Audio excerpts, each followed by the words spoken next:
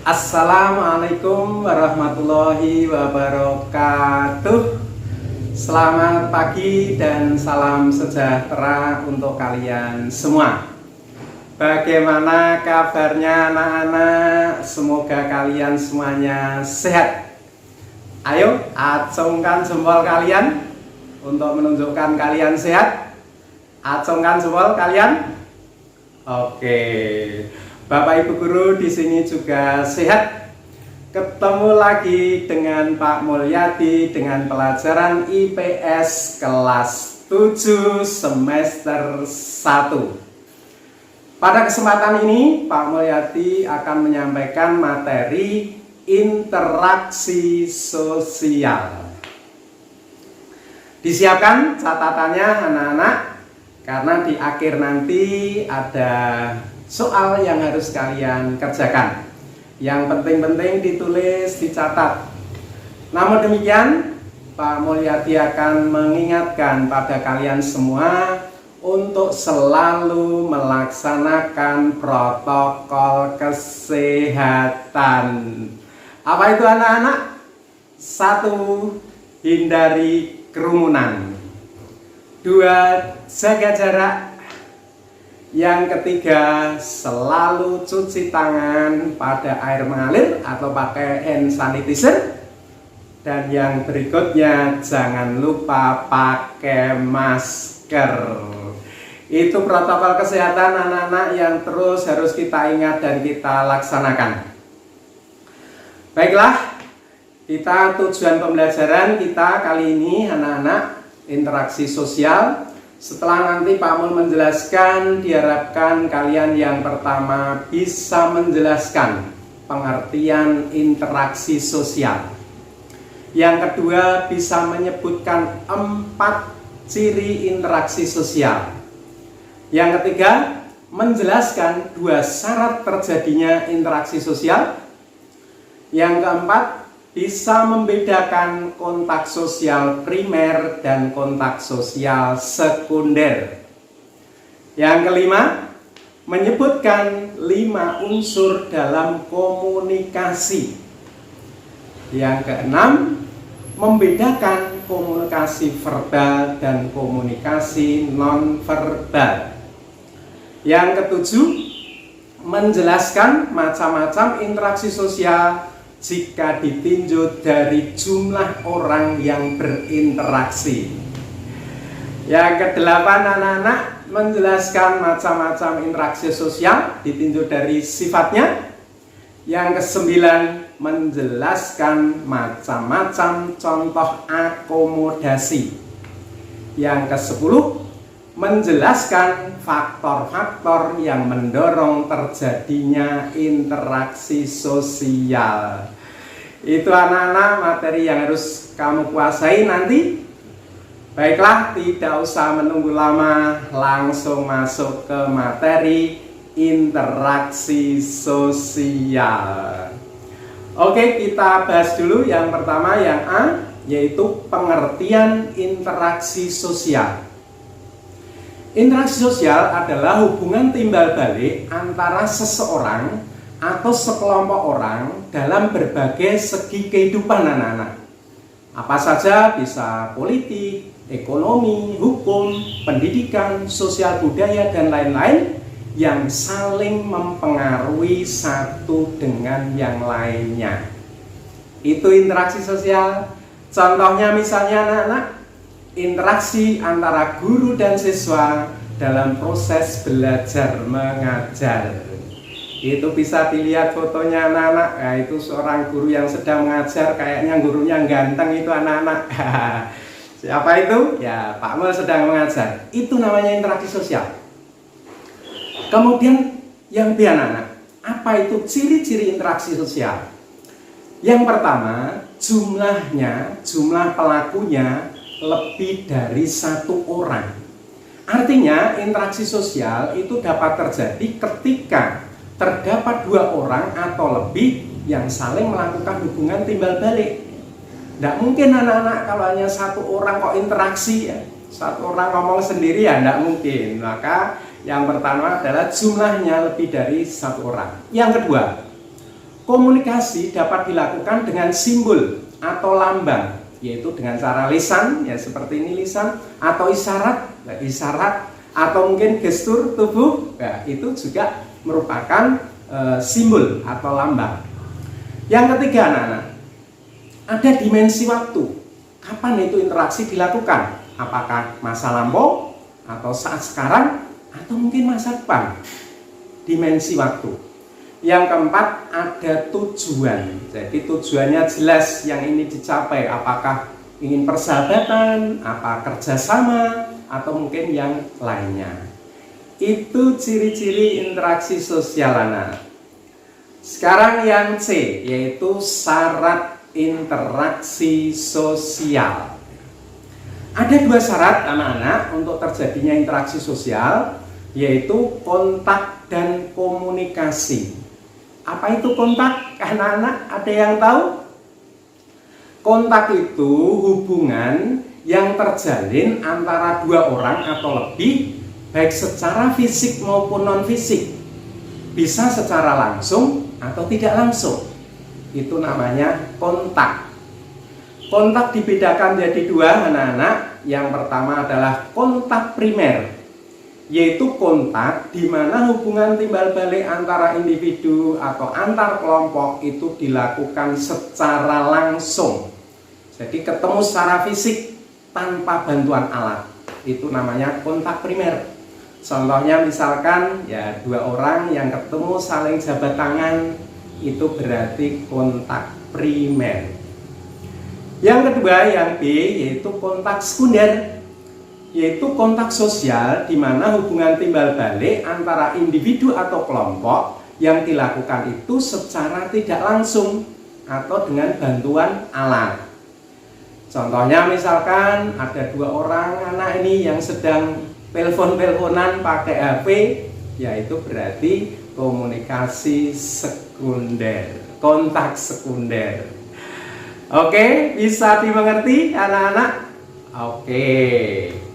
Berikutnya syarat yang kedua adalah komunikasi. Apa itu komunikasi? Komunikasi adalah penyampaian informasi, baik itu pesan, mungkin juga ide atau gagasan dari komunikator. Komunikator itu orang yang memberikan informasi kepada komunikan. Komunikan itu orang yang menerima informasi, sehingga antara keduanya itu saling mengerti atau satu pemahaman. Itu adalah kuncinya komunikasi, anak-anak. Jadi saling mengerti. Contoh misalkan Pak Mul seperti ini menjelaskan materi, kok kamu mengerti apa yang saya maksud? Berarti itu disebut komunikasi, anak-anak. Tapi coba misalkan bandingkan, jika Pak Mul misalkan seperti ini, menerangkan seperti ini kok pakai bahasa Perancis, kamu ndak mudeng semua. Komunikasi atau bukan, anak-anak? Bukan, karena tidak saling mudeng. Kebetulan Pak Mul ya ndak bisa bahasa Perancis, nah gitu ya. Itu kemudian contoh lagi misalkan orang Inggris ketemu orang Jawa, mereka saling bercakap-cakap, tapi keduanya tidak mudeng, bahasa masing-masing nggak mudeng. Komunikasi atau bukan, anak-anak? Iya, bukan, karena tidak saling mengerti. Mereka jejer di dalam halte bis ngomong-ngomong tapi tidak mudeng, ya itu berarti tidak komunikasi karena tidak satu pemahaman. Nah, ini masalah komunikasi sebetulnya ada contoh, anak-anak, sebuah cerita ya. Ya diceritakan deh ini ya. Oke, ini karena ada kaitannya dengan materi, Pak Amol sedikit cerita ya, sekali-sekali ya cerita. Ini terkait komunikasi, anak-anak. Jadi saya Pak Amol dulu lihat di televisi, sudah agak lama ini. Kejadiannya itu pada waktu Lebaran ya, pada waktu Lebaran biasanya sebelum Lebaran, anak-anak, di kota-kota besar itu biasanya terjadi apa? Orang yang pulang ke kampung mudik, anak-anak ya, terjadi mudik. Nah, ini ada cerita, jadi orang Jakarta, seorang pengusaha, orang yang kaya, ditinggal mudik oleh pembantu rumah tangganya ya, dibantu mudik dan dia tidak kembali ya. Nah, betapa sibuknya kalau ditinggal pulang oleh pembantu rumah tangganya. Akhirnya singkat cerita dia pergi ke sebuah desa mencari ganti. Akhirnya singkat cerita dapat ketemu orang Jawa asli, ya, seorang pemuda yang lugu, akhirnya bawa ke Jakarta. Hanya permasalahannya anak-anak, orang ini itu tidak bisa bahasa Indonesia. Padahal di Jakarta itu bahasa kesehariannya adalah bahasa Indonesia. Nah, suatu kejadian majikan tadi atau pengusaha atau bos tadi itu bingung. Bingungnya begini, dia ada bisnis keluar kota. Sementara hari itu juga dia janjian dan teman bisnisnya. Akhirnya bingung, Pak ini gimana nih? Saya keluar kota atau di rumah ini? Kalau saya keluar kota, berarti yang di rumah, wah teman saya nanti gimana? Yang ada di rumah cuma pembantu baru nggak bisa bahasa Indonesia. Tapi kalau saya di rumah, nanti bisnis di luar kota saya kacau. Wah bingung anak-anak. Akhirnya punya ide. Gini aja. Ini kan pembantu kita ajari saja sebentar karena ini hanya untuk mengambil barang-barang rekan bisnisnya, maka diajarilah itu pembantu dengan beberapa kata. Akhirnya dipanggil. Mas sini. Saya terjemahkan bahasa Indonesia. Ya Tuan, ya Tuan. Sini Mas. Saya hari ini mau keluar kota, tapi hari ini juga saya sudah janjian dengan teman saya, yaitu untuk mengambil barang-barang itu yang sudah saya siapkan. Kamu kan tidak bisa bahasa Indonesia, saya ajari 4 kata yang nanti sudah bisa menjawab tamu. Ya Tuan, ya, siap. Nah gini, tamu kalau datang biasanya Assalamualaikum atau mungkin permisi, ya biasanya permisi. Kalau nanti tamunya permisi, kamu jawab mari. Nah, dihafalkan.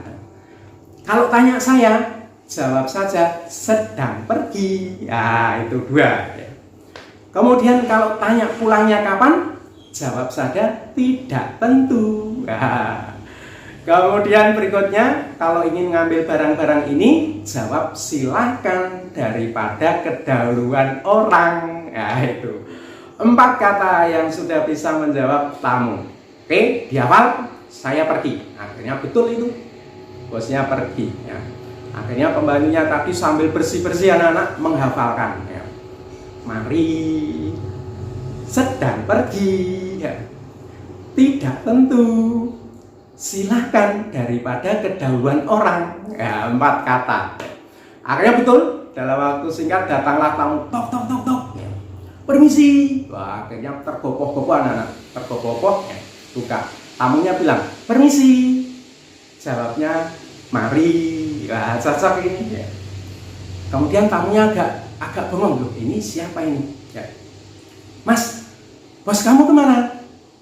Sedang pergi. Ya, sedang pergi. Ya. Kemudian, gimana Mas? Saya tadi itu sudah janjian. Terus pulangnya kapan? Tidak tentu. Wah, tidak tentu. Nah gini Mas, saya mau ngambil barang-barang pesanan saya. Bagaimana ini? Silakan daripada kedahuluan orang. Nah, akhirnya betul. Tapi tamunya agak bingung. Ini orang menjawab bagaimana ini ya? Terus tanya lagi, Mas, kamu orang baru ya di sini? Wah, bingung. Karena hafalannya sudah habis. Akhirnya diulangi lagi. Mas, kamu orang baru ya? Mari. Tuh, soalnya bingung ya. Loh Mas, nama kamu siapa? Sedang pergi. Ya, diulangi lagi anak-anak. Diulangi lagi. Loh, kamu itu menghina saya ya? Tidak tentu. Tidak cocok. Mas, kamu saya jotosi loh. Silakan daripada kedahuluan orang ya. Remo ini anak. Dijotosi, dijotosi silakan. Lah, ini contoh anak-anak. Itu komunikasi atau bukan? Bukan komunikasi. Karena tidak mudeng apa yang disampaikan. Ya. Masa ditanya namanya kok sedang pergi, memangnya namanya jalan-jalan ya. Mau dicotos kok silahkan daripada kedahuluan orang ya. Remo anak-anak. Itu contoh bukan komunikasi. Bisa dimengerti anak-anak. Oke, dengan demikian anak-anak, di dalam komunikasi ini ada 5 unsur yang harus ada. Yang pertama adalah komunikator. Apa itu komunikator? Orang yang menyampaikan pesan kepada orang lain. Yang kedua, komunikan, yaitu orang yang menerima pesan dari komunikator. Kemudian pesannya itu sendiri, yaitu informasi yang disampaikan dari komunikator ke komunikan. Kemudian media, mungkin dia menggunakan sarana apa di media sosial, media cetak, internet, atau dan lain-lain ya. Kemudian yang kelima adalah feedback atau umpan balik atau reaksi yang dilakukan si penerima pesan tersebut. Itu 5 di dalam komunikasi. Kemudian komunikasi ini dapat dilakukan dengan 2 cara, anak-anak. Yang pertama adalah dengan komunikasi verbal. Komunikasi verbal itu komunikasi yang dilakukan dengan menggunakan bahasa lisan atau tulisan. Ya, misalkan 2 orang saling berbincang-bincang atau berbicara, itu berarti komunikasi verbal. Kemudian yang kedua adalah komunikasi nonverbal, yaitu komunikasi dengan menggunakan simbol-simbol. Ya. Contoh misalkan, ya ini dengan simbol-simbol atau mungkin dengan gestur tubuh atau dengan isyarat. Nah, itu berarti komunikasi nonverbal. Bisa dimengerti anak-anak. Kemudian yang dibentuk-bentuk interaksi sosial. Jika ditinjau dari jumlah orang yang berinteraksi, maka interaksi sosial dapat dibedakan menjadi 3. Yang pertama, interaksi antara individu dengan individu, yaitu interaksi yang dilakukan antara satu orang dengan satu orang.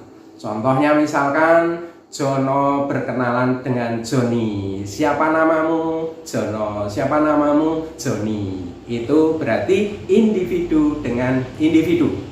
Yang B atau kedua, interaksi antara kelompok dengan individu atau dibalik individu dengan kelompok, yaitu interaksi yang dilakukan antara satu orang dengan kelompok orang. Contohnya guru yang sedang mengajar di depan kelas, ya seperti itu anak-anak. Individunya adalah guru, kemudian kelompoknya adalah siswa. Yang C atau yang ketiga adalah interaksi antara kelompok dengan kelompok, yaitu interaksi yang dilakukan antara 2 kelompok yang berbeda. Contohnya misalkan di sini orang yang sedang melakukan tarik tambang anak-anak, ya ini berarti kelompok sana dan kelompok sini. Ini berarti interaksi antar kelompok dengan kelompok. Itu yang pertama. Kemudian yang kedua, jika ditinjau dari sifatnya, interaksi sosial dibagi menjadi 2. Yang pertama adalah interaksi sosial disosiatif, yaitu bentuk interaksi sosial yang mengarah pada keretakan atau perpecahan. Nah, ini meliputi yang pertama adalah konflik anak-anak atau pertikaian atau pertentangan, yaitu interaksi sosial di mana individu-individu atau kelompok-kelompok yang ada di dalam masyarakat berupaya untuk mencapai tujuannya dengan cara menentang pihak lawan. Jadi dengan mungkin bisa disertai ancaman atau kekerasan. Nah, itu konflik itu ya. Contohnya ada 2 orang yang sedang konflik ya. Ini biasanya laki-laki ya yang punya sifat konflik ya, suka ya beradu jotos ya, tapi sama kawan ya tidak boleh seperti itu ya. Kemudian yang kedua adalah kompetisi atau persaingan, yaitu interaksi sosial di mana individu-individu atau kelompok-kelompok itu saling bersaing, tetapi tidak menggunakan kekerasan ya. Contohnya kamu misalkan di dalam meraih peringkat 1 atau ranking 1 di kelasmu ya, belajar sungguh-sungguh ya. Ini seperti anak ini ya, ini dalam rangka memperoleh peringkat 1. Ini berarti kompetisi ya. Kemudian yang ketiga adalah kontravensi, yaitu bentuk interaksi sosial yang berada di tengah-tengah anak-anak antara konflik maupun kompetisi ya. Konflik ya belum, kompetisi ya belum, itu namanya kontravensi. Biasanya ini ditandai dengan rasa benci, rasa tidak suka ya, menghasut. Nah, ini contohnya seperti ini. Kamu jangan dekat-dekat dia ya, misalkan. Itu namanya kontravensi. Kemudian yang kedua adalah asosiatif. Ini lawannya anak-anak, yaitu interaksi sosial yang mengarah pada persatuan, kerukunan, kebersamaan untuk mencapai tujuan bersama. Contohnya, ini cooperation atau kerjasama yang dilakukan antara orang per orang atau kelompok orang yang ada di dalam masyarakat untuk mewujudkan suatu tujuan tertentu atau kepentingan bersama. Nah, contohnya misalkan itu bisa dilihat kamu kerjasama misalkan dalam membersihkan kelas, ya, itu namanya cooperation. Kemudian yang kedua adalah akomodasi, yaitu upaya-upaya seseorang atau sekelompok orang untuk meredam suatu pertentangan atau pertikaian dalam rangka mencapai kestabilan atau keseimbangan sosial. Contohnya, misalnya kompromi, yaitu bentuk akomodasi di mana pihak-pihak yang saling berselisih itu untuk mengurangi tuntutannya untuk mencapai suatu penyelesaian. Kemudian yang kedua, konsiliasi, yaitu upaya untuk mempertemukan pihak-pihak yang berselisih untuk mencapai tujuan bersama. Biasanya mungkin di sekolah ya anak-anak, teman kamu ada yang berselisih, dipanggil guru BK, dipertemukan. Itu namanya konsiliasi. Kemudian mediation atau mediasi, yaitu upaya penyelesaian dengan melibatkan pihak ketiga sebagai mediator atau mungkin menyelesaikan masalah dengan apa yang baik-baik, ya, dinasihati, ya. Kemudian yang keempat adalah coercion, yaitu penyelesaian masalah dengan cara paksaan atau kekerasan. Misalkan ada 2 orang anak TK begitu ya, berkelahi, kamu datang misalkan, "Hei kamu adik, damai enggak?" "Enggak damai, saya jotosin lo ya." Nah, misalkan dipaksa seperti itu. Coercion itu tujuannya tapi baik adalah menyelesaikan masalah. Kemudian adjudication, yaitu penyelesaian masalah melalui pengadilan.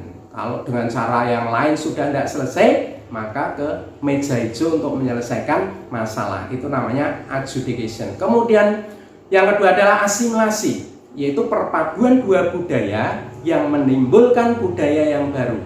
Jadi budaya awalnya sudah hilang, muncul budaya yang baru.